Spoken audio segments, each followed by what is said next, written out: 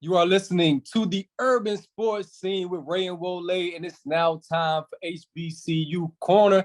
And we have a special guest joining us. He just completed his first year as part of the Howard men's basketball team.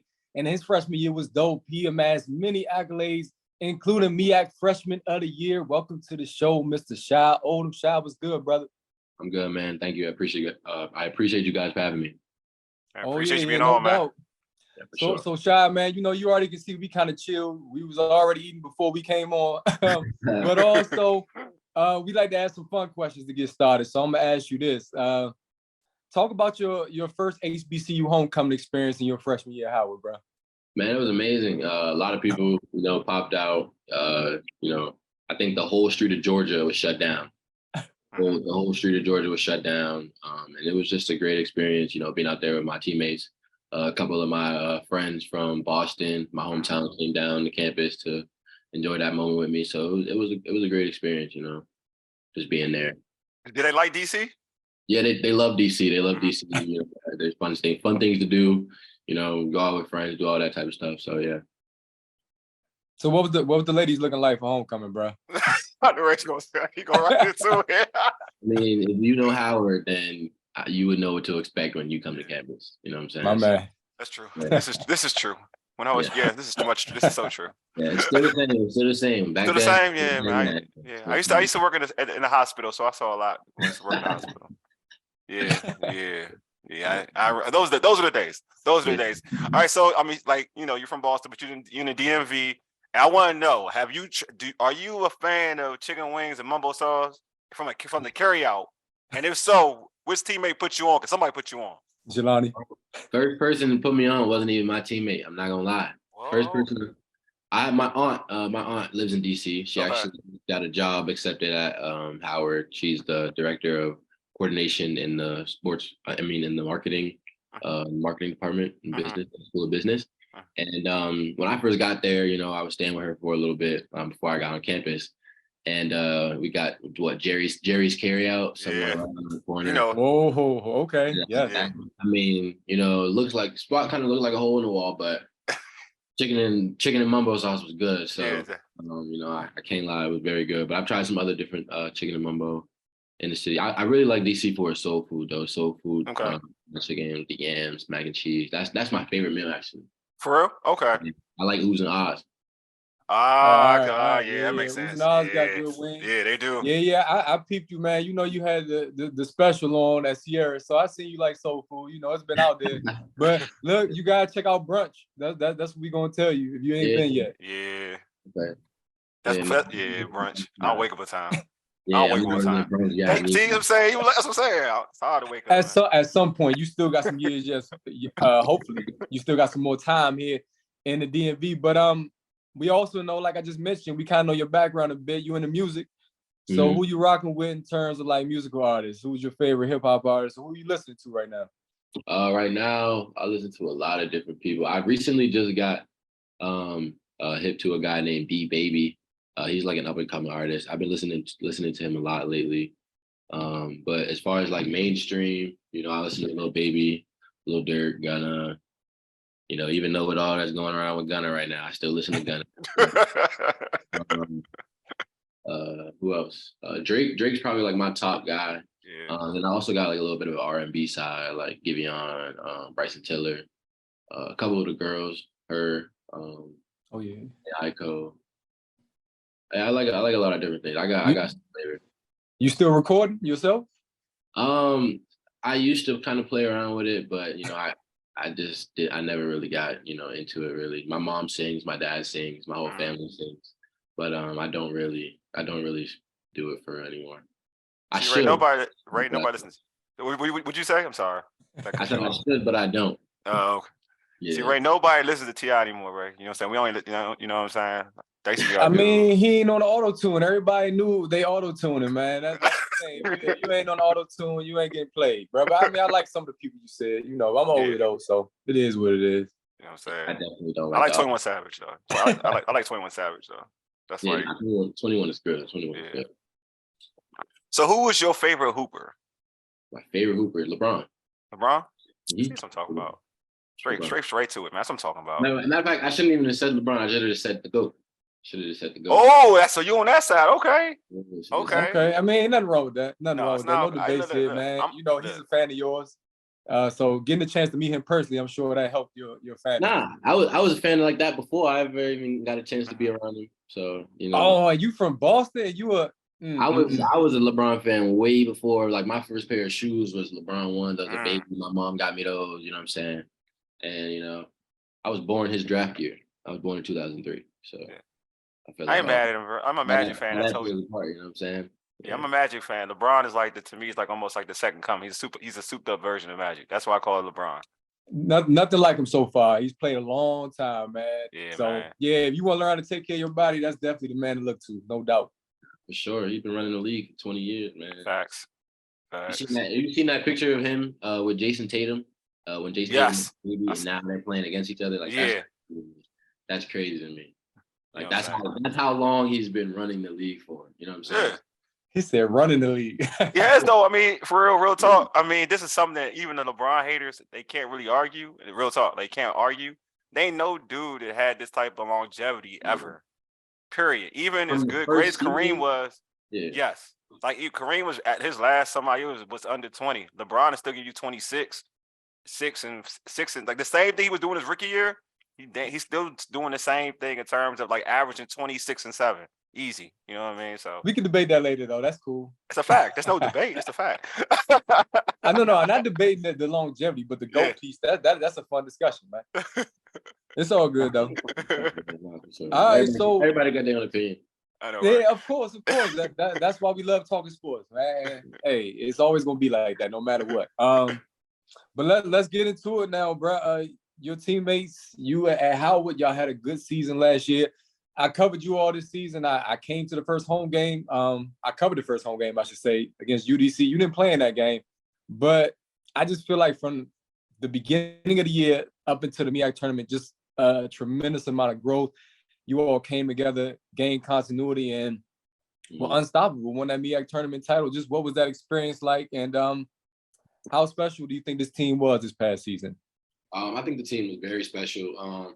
At first, it was really just a group of guys put in a room, but as we got deeper into the season, it became more than that. We became brothers. You know what I'm saying? We decided to do a lot of things together, things that most teams don't do. Off court stuff. We were, doing sessions together where we talk about different types of things and get to learn about each other on a deeper level, so that it makes practice and the game a little bit more intimate, I'd say.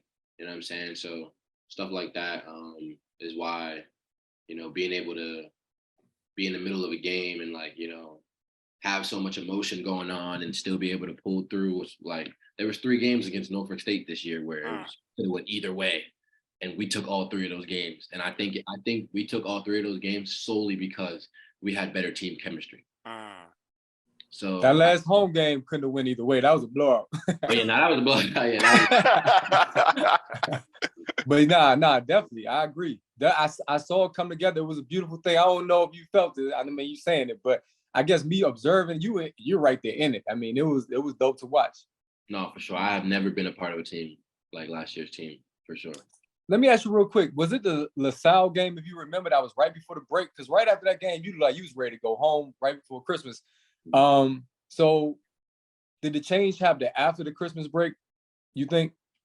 Yeah, the change definitely happened after the Christmas break. I came home for like 3 days. I got some good recovery out here in LA, and I did some working out while I was out here for 3 days too. And I think just being able to come back home, see my family, my sisters, and my mom, just took a little bit of the weight off my shoulders. And I went back out there and I just started doing my thing. You know what I'm saying? I wasn't stressing. I wasn't homesick no more. Just got that good taste of home. So everything just started clicking, man. And once it was going, it was going. Makes sense. Yeah. So you was also the MEAC outstanding player in the tournament. Like that experience as a freshman. Like talk about that. Like to be the most outstanding player in the conference tournament. I mean, to be honest, I just put 3 solid games together, and that right there it was just consistent. Like that's been one of the biggest things I've tried to work on is consistency. You know, in basketball and everything I do, to be honest. And it's tough. Being consistent every day is tough. That's why I feel like LeBron is one of those guys. I'm We with should you. bring it up, man, because he's super consistent, man. That's Yeah. something Absolutely. everybody got to work on. So I just think being able to do that and help my team get to that victory, it was an amazing feeling, especially as a freshman. But I knew that I was capable of it the entire time. It just took a little bit of maturing to do during the season and adjustments, you know, of the college life because you know it's new. It was new to me. So with all that, Howard made it to the NCAA tournament for the first time since 1992. You took on Kansas and you gave him a big fight. Anybody watched that game? Your team competed and you competed. How was that experience playing in the NCAA tournament? Because Ray and I, that's like a dream of ours. Well, I would say that was probably my second most nervous time I've ever was playing in front of a crowd. And the only reason why I say second most nervous time is because I remember my sophomore year when I first came out to Sierra Canyon, we played against Minnehaha, and they had Chet Holmgren, Jalen Suggs, and all those type of people. And we played against them in the Timberwolves arena, sold out the whole stadium, 17,000 fans. Oh, wow. That was the most nervous game I have ever had as a kid. I was, you know, hands were sweating before the game. And then I felt like when I got to, March Madness, you know, I was a little nervous the day before the game. Like, I don't know why the day before the game I was nervous, but the day of the game, I was ready. Like, I was ready. I was ready out. I went out there, you know what I'm saying? You know, I played against Grady Dick a whole bunch of times. You know, I've seen him a lot of times throughout my past. So it's like, this ain't nothing new to me. You know what I'm saying? I've been on these type of stages. You know what I'm saying? Like, why be scared now? And I had a dominant first half. Sure did, bro. And then I think my engine in the tank kind of started to slow down. So did my team. You know, they started doing all types of double team, and then, you know, they're a fast-paced team. They were capitalizing off of our mistakes and turnovers, and that's why that game went the way it did. But all credits to them. They were a great team. Oh, but they felt y'all though. Don't get it twisted. They felt y'all. They definitely underestimated us. Yes. Yeah, they definitely underestimated us in the first. Honestly, I'm just glad you all were where you were in terms of seeding. I mean, honestly, you want to be higher, or ironically, you want to be higher. But still, you didn't have to do the playing tournament. Yeah. You went straight into that. You went straight into that game against Kansas because you were supposed to be there. And you part of history. I don't know if it really hit you yet, because you literally usually locked in. Nah, for sure, man. I mean, it definitely locked in. You know, that was my goal the whole year to be legendary.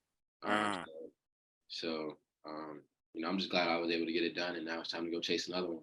Yeah, because I watch you to start games, and they always announce at the beginning of the game, MEAC Rookie of the Week, and you won. I don't know how many of them. I lost count. I was trying to introduce you with it. I was like, forget it. I don't know how many it is. But you never make a face though. You never like seem to react to it again because you say you stay locked in. So that's why I just said that focus is crazy. Yeah, I mean, it's like if you know you're supposed to be the best freshman in the conference, it's not a mistake to you. And now going into my sophomore year, it's like I have to think about myself as the best player in the league. And I'm trying to get player of the year next year. That's my goal. So this offseason work has been hectic and brutal. So that's the LeBron stuff. That's the LeBron stuff. Yep. Telling you. Exactly. Yeah. So Ray, you want to take the next one? What we do? Yeah, I was getting ready to mention that you want to be the best player anyway. It's kind of a good segue. I don't know if you're aware, the last HBCU player to be drafted was 2012, Kyle O'Quinn from Norfolk State. You want to be the best player in the MEAC. You've already achieved a lot as a freshman. Is the NBA still your goal? And also, what are some other goals after you finish school at Howard? Yes, the NBA is definitely, the main goal. I plan on making it to the NBA, just playing as much basketball as I can. I've already had injuries, in high school, body's breaking down, man. So you got to be able to have a plan B. That's what I would tell every kid that's coming up in this basketball game, because life throws stuff at you that you can never prepare for. I mean, outside of basketball, I'm definitely into the music stuff. I definitely want to learn how to produce. I think I have a good, feel for sound and stuff like that. But I also like sports broadcasting. I feel like, being able to talk sports, just like how we're doing right now, just having fun filled conversation. Yeah. Feel like I could do that, maybe on my own podcast one day. Have, Oh, definitely you can. You yeah, can. definitely have like players that I've had, like, players I played with in the past, you know what I'm saying? Just come on and give a little bit more insight into their life, just like how I'm doing right now. You will have a great platform, my friend, just based off everything you said. And Facts. I mean, brother, trust us, it's possible. So yeah, man. Hey, look, you can join us anytime you want to get that practice in. Yeah. But you know what? You just talked about what you've been through, and I just wanted to touch on that real quick. Considering all that you been through physically, how did it feel to basically finish the season and be in relatively good shape, healthy? Man, it was a surreal feeling, man, because during the season, you know what I'm saying, I go down, I'm like, damn, like 3 years in a row. It's 3 years. I go down to something in my knee, you know what I'm saying? And it's not my fault. Normally some injuries are like, you do it yourself, you twist it a weird way, but all of my injuries have been impact. Like it wasn't my fault. So it's like, I'm just like, damn, like why does this keep happening to me? You know what I'm saying? And luckily, none of them were, surgical injuries, you know what I'm saying? So the process of getting back was slightly easier. But being able to achieve that goal of being a champion at the end of the year while going through all the obstacles I had to go through with injuries throughout the season, it was amazing, man. Like it was like everything was worth it. All the pain was worth it. All the fighting through, in the practices and the games, and all the treatment and rehab I had to do. It was worth it, man. At the end of the day, it was worth it when the confetti and all that, man. See my mom out there being proud of me. And it was the same thing for some of my other teammates too. Jelani, he's had 3 injuries in college as well. I feel like that, stuff like that is why, we played the way we played and showed so much heart. Yeah, that team was definitely special. It really was. And I do want to go back to something you said about, your goal being that you want to be the best player in your sophomore year, the best player in the MEAC. So what kind of things are you doing to work on your game to be so that can be true? So I've been playing more so like a big man my last couple of years. Now I'm going into my sophomore season. If I want to be able to play in the league, I got to be able to look like a shooting guard to a small forward. Got you. Because I'm not that tall. I'm pretty big and brolic, but I'm not really tall on the height side. So I'm really just working on flexibility, mobility, being able to defend smaller guards, and also working on decision making and ball handling to be able to play off pick and screen. Pick and roll options. Bringing the ball up myself, starting offense and stuff like that. And also working on my 3-point percentage. I shot quite terrible last year from 3. Didn't really shoot a lot, but didn't really shoot a great percentage as well. So I'm trying to bump that up to like a 35-40% next year. And I feel like if I do all these numbers that I'm looking for, I'm definitely somewhere on that radar for NBA. I definitely think you're on the right track to get there. The NBA is like positionless basketball anyway. PJ Tucker is like what? Exactly. You know what I mean? I'm keeping the buck, and you got more in the bag than PJ Tucker. No disrespect to PJ Tucker though, but no disrespect at all, because he does a good job. He does a great job. I feel like the guys like PJ Tucker, Draymond Green, like they do some of those little things that no one looks at when it comes to being a part of a championship team or a winning. Maybe not a championship, but a winning team. Like winning teams have those guys who will dive on the floor, will get that offensive rebound that you need for that extra possession late in the game. You know what I'm saying? So stuff like that is, where I try to model my game after, but also have a little bit more of a bag on the inside as well. So, I got you. Yeah. You can take the last one, bro. Okay, I thought you had something else. So for you, good. all right. So for you, Shy, like what does going to playing for HBCU mean to you? Playing for HBCU, what does it mean for me? It means a lot just for the culture of it. You know what I'm saying? Like, I feel like it's different than most other basketball atmospheres. Like if you go to a game at GW, it's different than going to a game at Burr. You know what I'm saying? Like the vibe, the band, the dancing, the cheerleader, all of it, you know what I'm saying? All of it, just plays into effect, and you really get to see like where the culture of an HBCU comes from. And I didn't understand that until I really got to campus. And I started playing on the court while it's happening. You know what I'm saying? People in the crowd going crazy, but I got to lock in. So it was a great feeling. It was a great feeling. All right, I got one more. What does playing for Coach Blakeney mean to you? How important has he been to you? He's been super important. He's a great role model, great guy. He was one of the only people that really, believed in me when it was in that recruitment process, and saw me as the player that I needed to be. And him being able to put his confidence in me gave me the confidence to be the player I needed to be this year, which essentially made all of us successful. So, yeah. Hey, Shy, that's about it, man. We appreciate you. Before we let you go, is there anything you would like to add? No, man, I just want to say I appreciate you guys for having me, and that's it. All right, well, Shy, thanks for being on HBCU Corner with the Urban Sports Scene. We appreciate you, my man. Appreciate y'all too, man. No problem. All right, brother. All right.